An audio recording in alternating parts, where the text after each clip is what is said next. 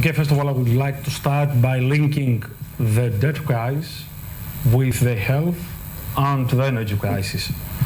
We're discussing about the fundamentals of the Greek economy, what Klaus mentioned before, or what Mr. Liu said, there was not an easy explanation. Why? Because you need a government that should have the right diagnosis of the problem. It should have the right plan in order to tackle the challenges, and the right people to implement the plan. We did it. Why? Why we delivered? Because we had this plan. And the diagnosis of the plan based on a simple production function. Our diagnosis is that our growth was low because we had no sufficient capital stock. Hence, what we needed to increase investment. Keyword, investment. We had no sufficient labor input, hence we needed to improve employment. Employment, second keyword. And finally, we had limited factor efficiency, hence we needed higher productivity, what Klaus mentioned before. To achieve these things, we needed to improve expectations. Hence, we needed to be fiscally credible and at the same time to implement front-loaded reforms. And among other things, we should also need to unlock financing of the real economy by sorting out our banking sector.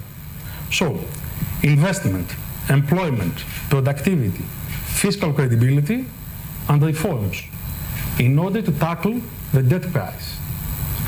We had afterwards two external crises. Thus, we had to implement a coherent economic plan. This economic plan is based on specific pillars. First of all, one-off targeted measures in order to create a safety net above households and enterprises.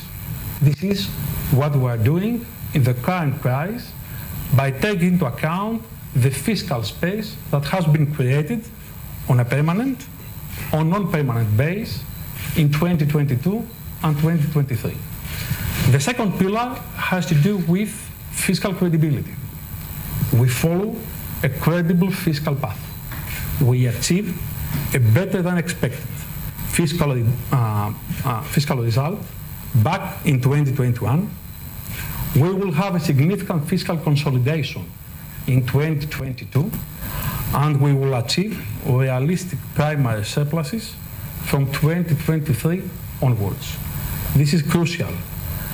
This means that fiscal support will go hand in hand with fiscal responsibility. The third pillar has to do with implementing a smart issuing strategy. As was confirmed today by Klaus, Greek debt is sustainable for many different reasons. Among others, because we have low gross financing needs on a yearly basis, but also we have significant cash buffers, almost double compared with the European average.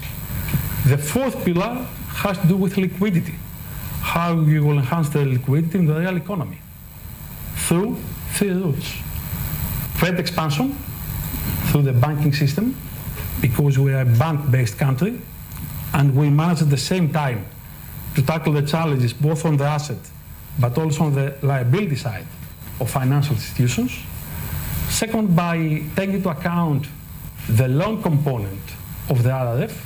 And finally, by implementing the insolvency framework, which is a state-of-the-art omnibus law. The fifth pillar is how we will implement at the government structural reforms. And according to what has been quoted in the last report, we have implemented important reforms on 6 key areas: fiscal and fiscal structural policies, social welfare, financial stability, labor and product markets, privatizations, and public administration. Tomorrow, I have an omnibus law regarding new corporate governance rules for SOEs, At the same time, the implementation of and the establishment of a public credit bureau and the central credit register. Key reforms. We continue implementing key reforms. The sixth pillar has to do with how we will utilize the available European funds. We have more than 80 billion euros up to 2027.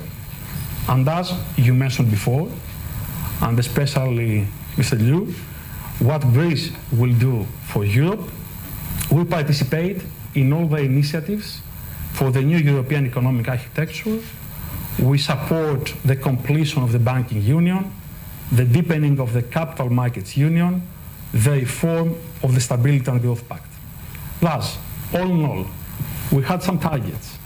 In order to achieve these targets, we had to implement a coherent economic policy, an economic policy based on 7 pillars. What were and still are the targets? High growth.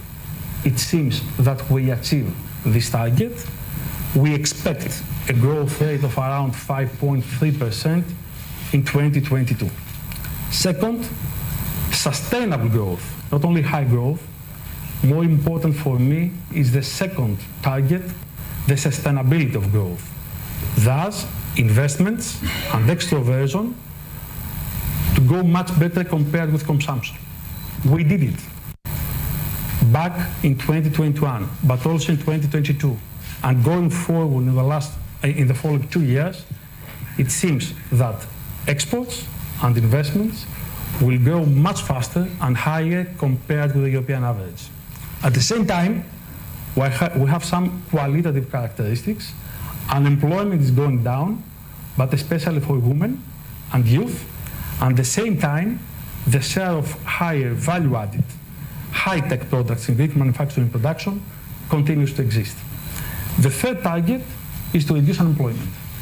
We did it, 6 percentage points. The fourth target is to exit the enhanced surveillance mechanism. We did it. The fifth target is to achieve single-digit rate of non-performing loans on banks' balance sheets. Don't forget that we achieved something that is a world record. We reduced NPLs from 43% of loans back in July 2019 to 10% of loans in the second Q of 2022. The sixth target is to move towards fiscal balance. We did it, or we expect that we'll achieve it. And finally, to obtain the investment grade. We have achieved 11 upgrades, but we are not yet there. So we should continue implementing structural reforms and following a credible fiscal path, a prudent fiscal path. Minister Pirakakis, your colleague in government